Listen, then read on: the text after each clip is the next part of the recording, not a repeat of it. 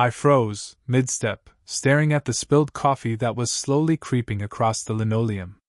My face must have looked ridiculous, flushed, eyes wide, hands trembling from some combination of shock and caffeine withdrawal.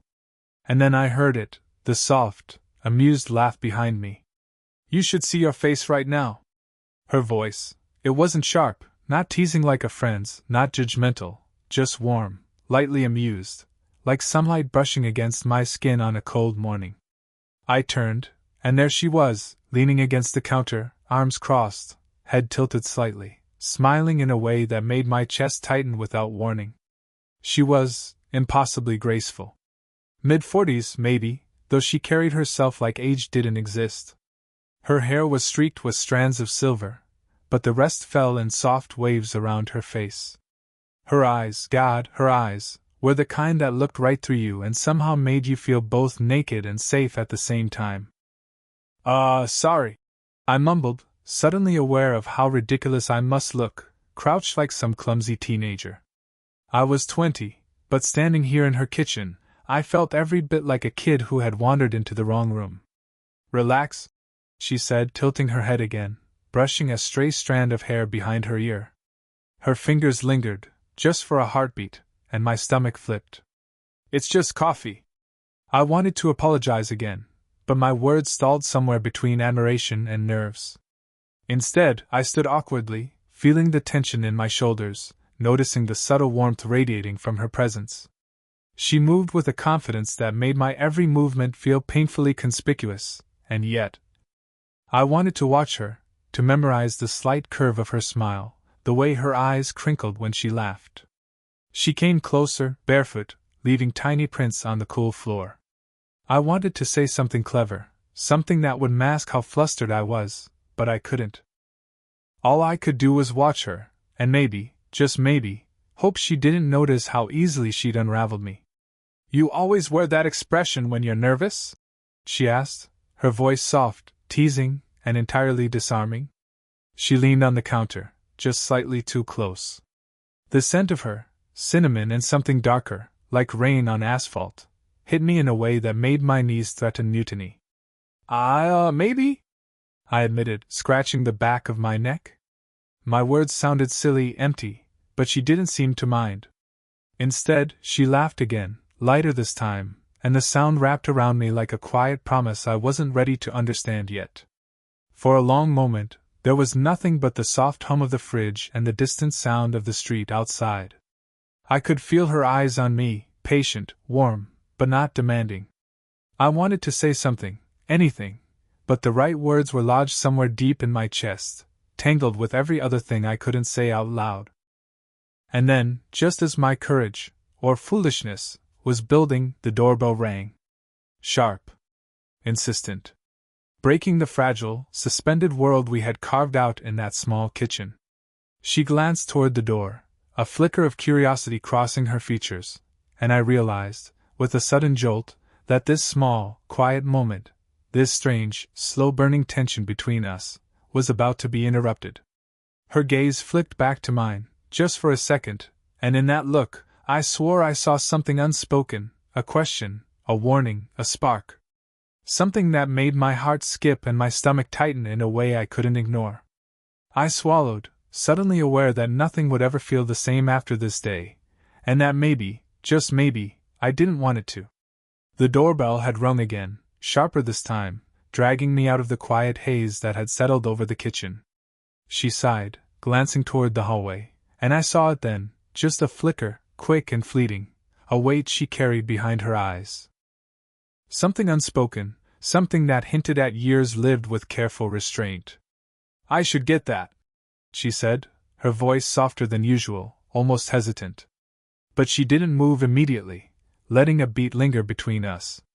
A beat that was charged with the kind of electricity that makes you aware of every inhale, every pulse in your body. I shifted, suddenly aware of how ridiculous I was, standing too close, still warmed by her presence. And then, almost without thinking, I asked, "Do you live here alone?" Her shoulders stiffened just a fraction. "No," she said carefully, almost evasively. "Not really." I caught the brief shadow that crossed her face, something I couldn't name, and for a moment, I felt a pang of guilt, like I was prying too much. But the curiosity was unrelenting. I had always been drawn to puzzles, and she was one I couldn't stop trying to understand. I know it's weird, I said, fumbling. Me asking? I don't know. You seem different than anyone I've ever met. Her eyes softened, a subtle shift that made my chest tighten. Different how? I hesitated, searching for words that wouldn't sound foolish. Like you've been through things. You've seen a lot, but you still laugh. Still notice little things. My words were clumsy, but I didn't care. There was something about being honest, even if it scared me. She looked away then, glancing toward the living room, and I thought I saw the faintest flicker of regret, or maybe longing. It's complicated, she said, voice low, almost drowned by the quiet hum of the apartment. Some things, some people, leave marks you can't just erase. And there it was. The invisible wall, the barrier I wasn't supposed to cross. She was my friend's mom. She was older, wiser, maybe carrying wounds I couldn't even begin to understand. And yet, standing here, inches apart in the soft morning light, it didn't feel impossible. It felt inevitable. The tension thickened when her hand brushed mine. Accidental, she claimed, but I wasn't convinced. Her fingers lingered, a mere heartbeat, and I felt a jolt I couldn't ignore. My mind screamed caution, but my body betrayed me, craving just a little more of that warmth. I remember your birthday once, I said, almost as if to distract myself from the charge between us. You made these cookies. You said I'd burn the house down if I tried to bake them myself. She smiled then, genuinely, a little wistful. I did, didn't I? And in that moment, standing in the quiet kitchen, with sunlight painting stripes across the floor and the faint smell of coffee still lingering, something unspoken passed between us. A connection that felt dangerous, thrilling, and utterly magnetic all at once. Neither of us spoke for a long moment. The air was thick, filled with unspoken questions, suppressed desires, and memories neither of us dared to voice. And then, just before she finally moved toward the hallway, her fingers brushed mine again, this time longer, and I felt a pulse of promise in that silent touch. Something had begun. And I knew, without a doubt, that nothing would ever be simple again. The next few days were strange. Electric. Every glance felt like a risk. Every casual touch, the brush of a hand when she handed me a mug, the way her elbow bumped mine in the hallway, sent my pulse into overdrive. And yet, I couldn't bring myself to say anything. I didn't want to ruin it, whatever it was. I was in the kitchen again, pretending to look for sugar, when I heard the click of keys at the door. Her husband, or ex, depending on the day, was home earlier than expected. I froze, sugar box in hand, pretending nothing was wrong, while my chest slammed against my ribs in warning. Hey, you're early, she said, voice calm, just a little too calm. Her eyes flicked to mine, and there it was again, the small, almost imperceptible warning, the same one she had given me before. But I didn't move. I couldn't. Her husband's voice followed, cheerful, oblivious. I thought I'd catch you before you left for work. He didn't see me. He never did. She smiled politely, tilting her head toward the door. Oh, hi. Just finishing up some things. Her hand brushed mine again as she passed me the mug. I couldn't look away, though I wanted to. I wanted to disappear. Later that evening, I walked home in the dark, my thoughts spinning. I replayed the moments in the kitchen, her laughter, the touch of her fingers. Every rational thought I had screamed, stop, this is wrong, but I couldn't. I wanted more. The next day, I tried to keep my distance. Honest, careful. But she found me sitting on the porch, staring at nothing, pretending I wasn't waiting for her. You're quiet today, she said, tilting her head, eyes scanning my face. Not like you. I laughed, weakly, and looked away. Just tired, I guess. Her gaze lingered. I get it. Life piles up. We didn't say much after that. Just sat there, the faint hum of the street below, the warm fading light brushing against our skin. And then, she moved closer. Just a fraction. Enough that I could feel the heat radiating off her, enough that my hands itched to reach for hers again. I shouldn't, she whispered, voice barely audible. I wanted to finish the sentence for her. We shouldn't. I shouldn't want this. But instead I just nodded, caught between wanting and knowing I should walk away. Then, out of nowhere, my phone buzzed. A message from my friend, her son. Hey, are you at my mom's? I left something there. I glanced up. Her eyes met mine, wide, and something unspoken passed between us. Panic? Guilt? Desire? I couldn't tell. My stomach churned, and I felt trapped in this moment we hadn't agreed to, this tension that was pulling us closer even as we tried to resist. Maybe you should go, she said softly, stepping back, her fingers lingering in the air where mine had brushed hers a second ago. I didn't move. I couldn't. And just like that, the quiet porch, the fading sun, the tension, the longing, everything hung suspended. A single, fragile question hovered between us. Can we stop this, before it's too late? I couldn't breathe. Not fully. Not until she laughed at something trivial, something I didn't even catch, and my chest constricted in a way that surprised me. It wasn't just laughter, it was her laughter, the kind that had a private rhythm, the kind that made the world shrink until only she existed. I was sitting on the couch, pretending to read, but my eyes kept darting toward her. She was talking to her neighbor about some mundane thing, and I could feel the heat crawling up my neck as the neighbor's hand brushed hers. Just a polite touch. But it felt like a blade, slicing through the fragile calm I'd built around myself.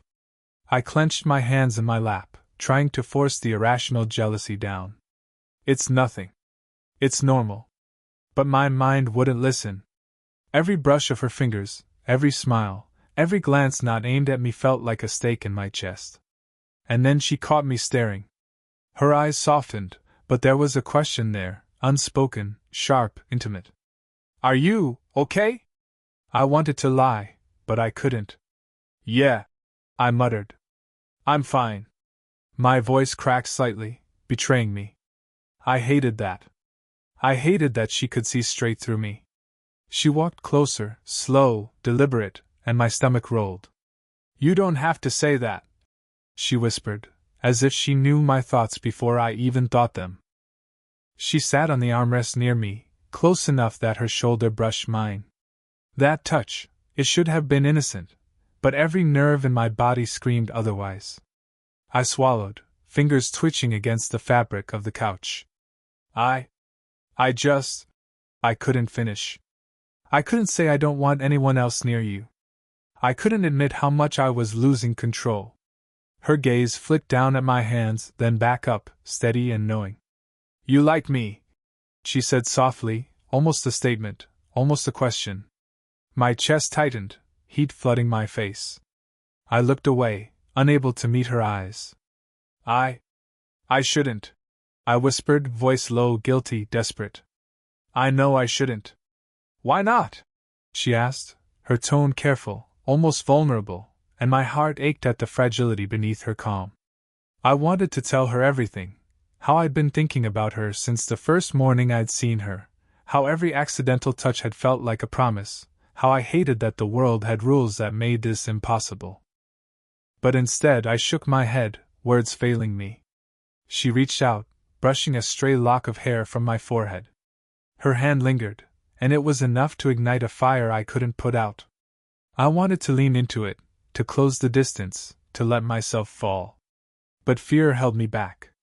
Fear of getting caught, of hurting someone, of ruining everything.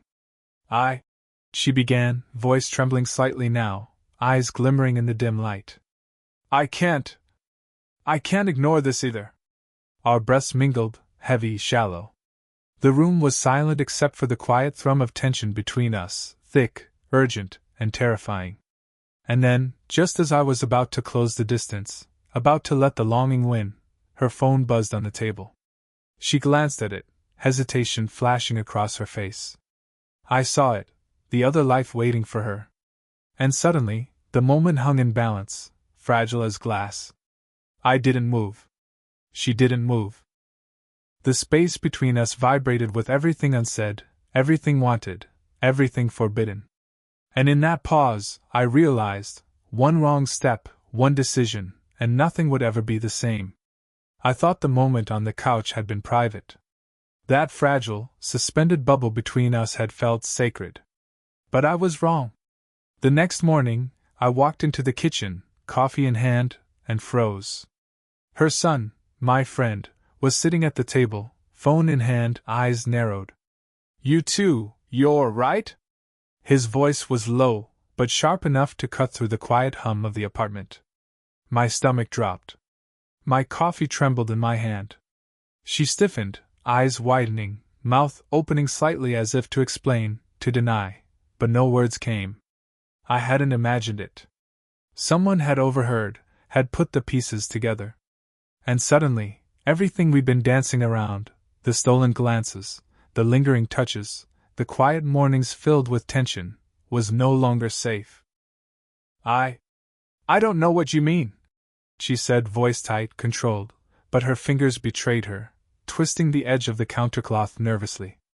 "You do," he said, and I saw the hurt flicker in his expression, not just at me, but at her. You're acting like you're not, but I see it." I wanted to disappear. I wanted to tell him he was wrong, that we hadn't done anything, at least nothing that mattered, but the words caught in my throat. Every heartbeat felt loud, betraying me. She stepped closer, almost shielding me, eyes glinting with a mixture of defiance and fear. "It's complicated," she whispered, barely audible, yet sharp enough that my chest ached. "We didn't plan this." His gaze flicked between us, hurt softening into confusion, anger, disbelief. "Complicated? You're my mom. And you," he pointed at me, trembling slightly, "you're my friend. How could you?" Her hand brushed mine for a second, subtle, desperate, and I felt the pull I hadn't wanted to admit yet. Desire and guilt tangled in my chest, a knot I couldn't untie. "I didn't choose this," she said, voice breaking slightly, a tremor I hadn't heard before. "It just happened." "I didn't mean to, you didn't mean to," he interrupted, voice rising. "Do you even know what you're doing? Do you even care?" I opened my mouth, but no sound came. I wanted to explain, to plead, to scream, but I couldn't. There was nothing I could say that would untangle the mess we'd created. She looked at me then, and for a fleeting second, vulnerability cracked the wall she'd built around herself. "I care," she whispered. "More than I should. More than I ever wanted to admit." And just like that, everything shifted. The kitchen, the morning light, the quiet tension between us, all of it was replaced by a hurricane of reality. We were no longer just two people teetering on the edge of something forbidden. We were exposed. Vulnerable. Reckless. And the consequences of wanting each other, of admitting it, were suddenly no longer hypothetical. I swallowed hard, feeling my pulse hammer in my ears, and realized that nothing would ever feel safe again. Not our mornings. Not our touches. Not the small, quiet universe we built between us. And yet, I couldn't stop looking at her. Couldn't stop wanting her. Even if it meant the world we knew was crumbling. The apartment was quiet, except for the faint hum of the heater and the occasional car passing outside. I could feel her eyes on me, heavy, searching, and it made my chest tighten in a way that was almost unbearable. I can't keep pretending," she whispered, stepping closer. Her voice wavered, but there was an edge of determination in it too. Us, whatever it is, it's real. And hiding it isn't helping anyone." I swallowed hard. My hands shook not from fear, but from the intensity of everything I wanted to say. All the words I'd rehearsed, all the warnings I'd tried to believe, evaporated the moment she looked at me like that. Vulnerable. Afraid. Wanting me. "I've been trying," I admitted, voice rough. "Trying to stay away. Trying not to." My throat tightened. "Not to want you. But I can't. She reached for my hand, tentative at first, then firm. Her fingers threaded through mine, and suddenly the whole apartment felt smaller, warmer, and impossibly intimate. "I know," she said. "I can feel it too. The weight of it, the truth, the danger, the impossibility, pressed against my ribs." Her hand was steady, grounding me, and yet every nerve in my body screamed with longing. I wanted to pull her close, to forget the world, to ignore everything that said we shouldn't. "I don't care," I said, almost without thinking. "I don't care what anyone thinks. I want this. I want you." Her eyes glimmered with something I couldn't name, fear, relief, desire, maybe all of it, and she laughed softly, a sound that was fragile and unsteady. "You're insane," she whispered. "But maybe I am too." We stood there, hands clasped, hearts hammering, the distance between us collapsing until there was nothing left but the space we made for each other. It was messy. It was frightening. And it was utterly real. "I can't promise it'll be easy," she said, voice low, trembling. "I can't promise there won't be fallout. People will see, people will talk, I know," I said. "But I don't care. I just—" My words failed me, so I leaned closer, letting my forehead rest against hers. "I just want you." For a long moment, we stayed like that, breathing each other in, tasting the quiet tension, feeling the pull that had been building for weeks. And in that silence, I realized we understood each other in a way no one else could. Every hesitation, every glance, every brush of our hands, it all meant something now. The world outside still existed, still threatened, still waited to punish us for crossing invisible lines. But in that small bubble of shared space, we had chosen each other. Her lips hovered near mine, close enough to feel the warmth, the pulse, the promise. I could lean in. She could pull away. The choice was ours, and ours alone. And then the sound of her phone buzzing shattered the moment. She glanced at it, hesitation flashing across her features. I knew, whatever she decided, whatever we chose, things would never be the same again. But for now, we had this. And that was enough. The city was quiet that evening, rain tapping softly against the windows, painting streaks of silver across the glass. We sat together on the couch, hands still entwined, neither of us speaking. Words felt unnecessary. They always did, in moments like this, when everything worth saying was already in the touch, the shared breath, the warmth pressed against my palm. She looked at me then, really looked, and for the first time, I saw her without walls. The traces of fear, of restraint, of past regrets, everything that had made her careful and untouchable, were softened by something else, a quiet acceptance, a willingness to let herself feel, even if it terrified her. "I don't know what comes next," she said finally, voice low, uncertain yet calm. "I don't know how the world will react, or if we'll regret this, but I know I don't want to hide anymore." I squeezed her hand, heart hammering. "Then we'll face it together. No pretending, no running, no hiding. We'll figure it out. One day at a time." She smiled then, small, fragile, but real. A smile that reached her eyes and touched something deep inside me. The tension that had coiled in my chest for weeks began to unravel, replaced by a warmth I hadn't allowed myself to feel before. Safe. Seen. Wanted. We didn't need a grand declaration, or a dramatic scene, or anyone else's approval. All that mattered was the quiet certainty we shared in that apartment, the simple truth that we had chosen each other despite everything that said we shouldn't. And yet, life wasn't paused. There were still responsibilities, still judgment, still moments where the world would intrude on this fragile connection. But for now, that didn't matter. We had a beginning. A chance. A promise to explore what had always felt inevitable, even when it scared us most. She leaned her head against my shoulder, and I rested mine atop hers, breathing her in. The rain outside softened into a gentle drizzle, the city lights shimmering against the wet streets, and I realized something. Love, messy, complicated, impossible as it seemed, was always worth the risk. We stayed there like that for a long while, not speaking, letting the quiet carry us. Every heartbeat, Every brush of fingers, every small shift in our bodies spoke louder than words ever could. And though uncertainty lingered at the edges, it didn't diminish the truth between us, that we had finally allowed ourselves to feel, to choose, to exist together in this fleeting, imperfect moment.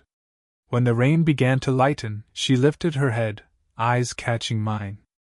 "Are we ready for tomorrow?" she asked softly.